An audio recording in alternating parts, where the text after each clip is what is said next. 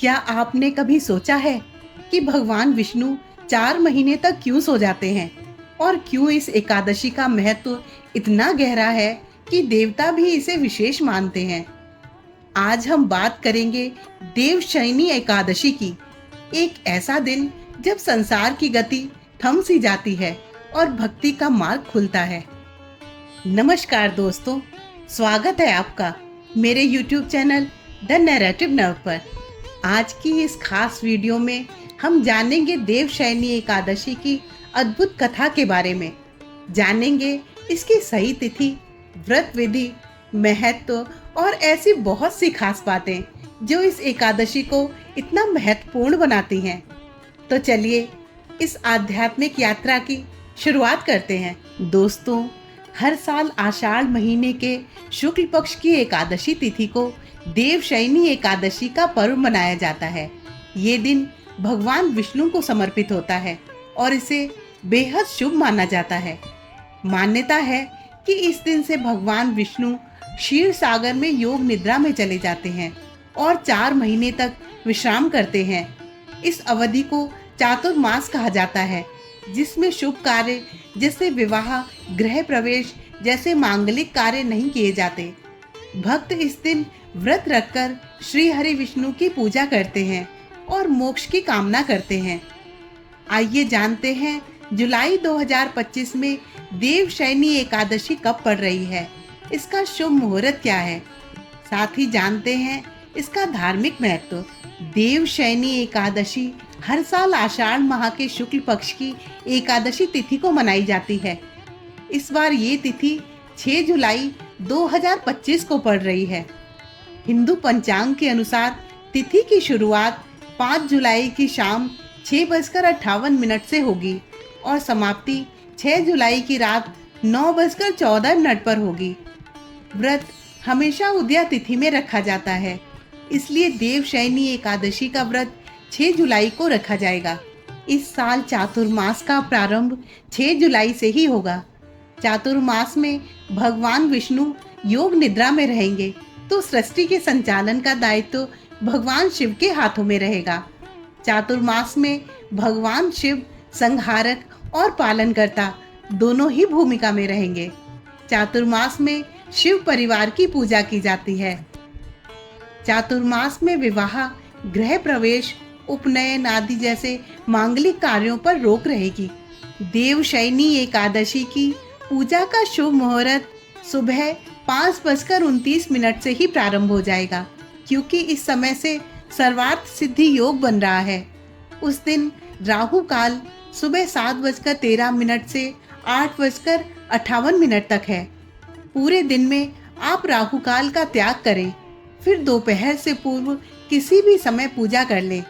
उस दिन अभिजीत मुहूर्त 11:58 से दोपहर 12:54 तक है। जो लोग 6 जुलाई को देवशयनी एकादशी का व्रत करेंगे, उनका पारण 7 जुलाई को होगा। उस दिन देवशयनी एकादशी व्रत के पारण का मुहूर्त 5:29 से सुबह 8:16 के बीच रहेगा। इस समय में आप पारण करके व्रत को पूरा करें। देवशयनी एकादशी वैष्णवों और भगवान विष्णु के भक्तों के लिए बहुत धार्मिक महत्व रखती है। ये प्रसिद्ध जगन्नाथ रथ यात्रा के ठीक बाद बनाई जाती है और चातुर्मास की शुरुआत होती है। चातुर्मास आध्यात्मिक चिंतन, भक्ति और ध्यान लगाने का समय माना जाता है। इस दिन सभी भक्त एकादशी व्रत रखते हैं, भगवान विष्णु की पूजा करते हैं और विष्णु सहस्त्र नाम का जाप भी करते हैं। ये दिन भगवान विष्णु की योग निद्रा के दौरान उनके संरक्षण में अपने मन और आत्मा को समर्पित करने का प्रतीक है। देवशयनी एकादशी की पूजा विधि इस तरह है। स्नान आदि करके मंदिर की साफ सफाई करें। भगवान श्री हरि विष्णु का जलाभिषेक करें। प्रभु का पंचामृत सहित गंगा जल से अभिषेक करें। अब प्रभु को पीला चंदन और पीले पुष्प अर्पित करें। मंदिर में घी का दीपक प्रज्वलित करें। संभव हो तो व्रत रखें और व्रत लेने का संकल्प करें। देवशयनी एकादशी की व्रत कथा का पाठ करें। ओम नमो भगवते वासुदेवाय मंत्र का जाप करें। पूरी श्रद्धा के साथ भगवान श्री हरि विष्णु और लक्ष्मी जी की आरती करें। प्रभु को तुलसी सहित भोग लगाएं। अंत में क्षमा प्रार्थना करें। देवशयनी एकादशी से जुड़ी एक पौराणिक कथा इस तरह है। कथा के अनुसार भगवान विष्णु ने जब असुरराज बलि को पाताल लोक का राजा बना दिया, तब राजा बलि ने भगवान विष्णु से वर मांगा कि मैं आपकी सेवा पाताल लोक में कर सकूं, अतः आप मेरे यहाँ पर निवास करें। तब भगवान विष्णु ने राजा बलि को ये वचन दिया कि 4 महीने देवशयनी एकादशी से लेकर देव प्रबोधनी एकादशी तक मैं तुम्हारे यहाँ रहूंगा। भगवान विष्णु के पाताल लोक में चले जाने की ये बात देवशयन कही जाती है। साथ ही भगवान विष्णु द्वारा दिए हुए वचन को संपूर्ण रूप से निभाने के लिए भी देवशयनी एकादशी का महत्व बताती है।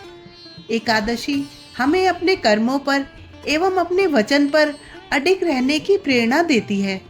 देवशयनी एकादशी के दिन पूरी श्रद्धा के साथ भगवान विष्णु की आराधना करने से पापों से मुक्ति मिल सकती है। वहीं इस दिन कुछ उपायों को करने से आर्थिक दिक्कतों को दूर करने के साथ साथ जीवन की सुख समृद्धि भी बढ़ती है। देवशयनी एकादशी के दिन श्री हरि विष्णु जी का पंचामृत से अभिषेक करें। ऐसा करने से आपके कार्यक्षेत्र में आ रही मुश्किलें दूर होंगी और आपको अपनी स्किल्स दिखाने के नए मौके भी मिलेंगे। अगर आपके वैवाहिक जीवन में मन मुटाव की स्थिति बनी हुई है और दिन ब दिन क्लेश होता रहता है, तो देवशयनी एकादशी के दिन माँ तुलसी की पूजा करें। इस दिन लक्ष्मी माता और तुलसी माता को श्रृंगार की सामग्री अर्पित करें। देवशयनी एकादशी पर दान करने का विशेष महत्व माना जाता है, इसलिए अपने जीवन की सभी मुश्किलों को दूर करने के लिए देवशयनी एकादशी के दिन किसी गरीब या जरूरतमंद को भोजन कराएं। देवशयनी एकादशी पर श्रीमद् भागवत कथा का पाठ करना पुण्यदायक माना जाता है। अगर आप आर्थिक दिक्कतों से परेशान हैं, तो देवशयनी एकादशी के दिन ब्रह्म मुहूर्त में विष्णु भगवान की पूरी श्रद्धा के साथ विधिवत उपासना करें और एक पान के पत्ते में ओम विष्णवे नमः लिखकर भगवान के चरणों में अर्पित कर दें। अगले दिन इस पत्ते को पीले रंग के कपड़े में लपेटकर तिजोरी में रख दें। देवशयनी एकादशी के दिन पीपल के पेड़ के नीचे घी का दीपक जलाने और परिक्रमा करने से भगवान विष्णु के साथ साथ माँ लक्ष्मी का आशीर्वाद भी मिलता है। ऐसा करने से घर की दरिद्रता दूर की जा सकती है। दोस्तों, देवशयनी एकादशी हमें आत्मचिंतन, संयम और प्रभु की शरण में जाने का संदेश देती है। अगर आपको ये जानकारी पसंद आई हो तो वीडियो को लाइक करें, कमेंट में ओम नमो भगवते वासुदेवाय जरूर लिखें और चैनल को सब्सक्राइब करना ना भूलें। आप सभी को देवशयनी एकादशी की हार्दिक शुभकामनाएं। जय श्री विष्णु।